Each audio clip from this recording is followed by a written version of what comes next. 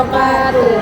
Kami dari kelompok 3 akan mempresentasikan hasil diskusi kami di Mapel Botani dengan saya Ami Siti Aminah, Saya Ira Astuti.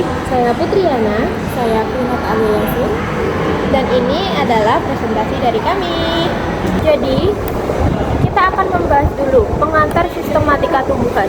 Sistematika tumbuhan merupakan cabang ilmu biologi yang berfokus pada identifikasi penamaan dan klasifikasi tumbuhan berdasarkan hubungan kekerabatan dan evolusioner.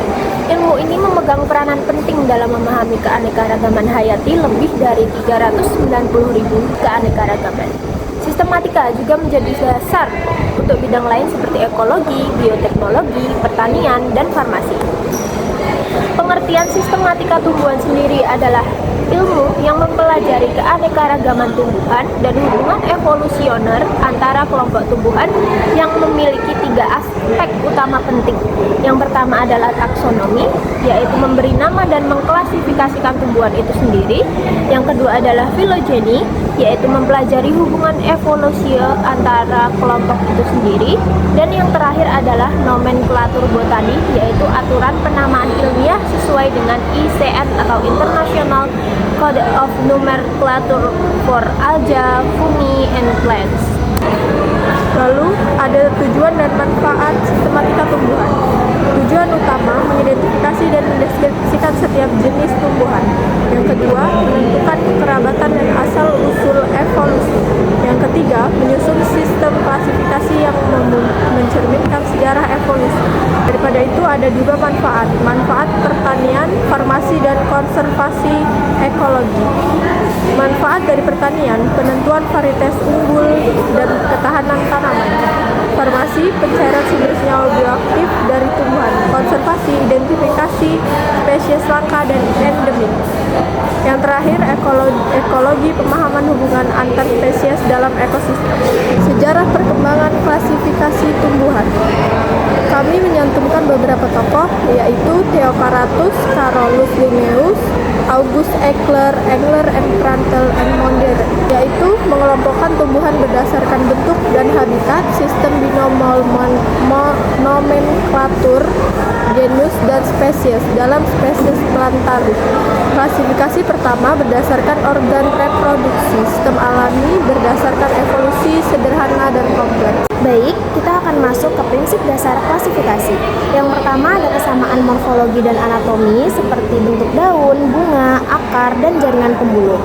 Terus ada data molekuler seperti DNA dan RNA. Terus ada hubungan filogenetik yang digambarkan dalam pohon filogenetik yang ditunjukkan pada garis keturunan. Terus selanjutnya ada konsep spesies biologis. Pada tahun 1942, spesies adalah kelompok individu yang dapat saling kawin dan menghasilkan keturunan fertil. Nah, kemudian ada tingkatan taksonomi, yaitu ada kingdom, divisio, klasis, ordo, familia, genus, dan spesies. Seperti Plantae, Magnoliophyta. Terus di sini juga kami sudah menerangkan keterangannya. Yang pertama itu kingdom, yaitu semua tumbuhan. Terus divisio, yaitu tumbuhan berbiji tertutup. Klasis, yaitu dikotil. Ordo, menghasilkan buah berdaging. Familia, suku Jabumete. Genus, mencangkup mangga. Dan spesies, mangga biasa. Di sini ada definisi nama tumbuhan, yaitu Bryophyta pada lumut, tidak memiliki jaringan pembuluh, berproduksi dengan spora, contohnya Merchantia polycorpa, lumut hati. Rhizophyta pada paku-pakuan, yaitu memiliki film dan folium, menghasilkan biji, contohnya paku pedang. Spermatophyta pada tumbuhan berbiji, yaitu menghasilkan biji dan bunga. Terbagi 2, yaitu Pinus mercursil dan Diamais. Di sini juga ada peran sistematika tumbuhan di era modern.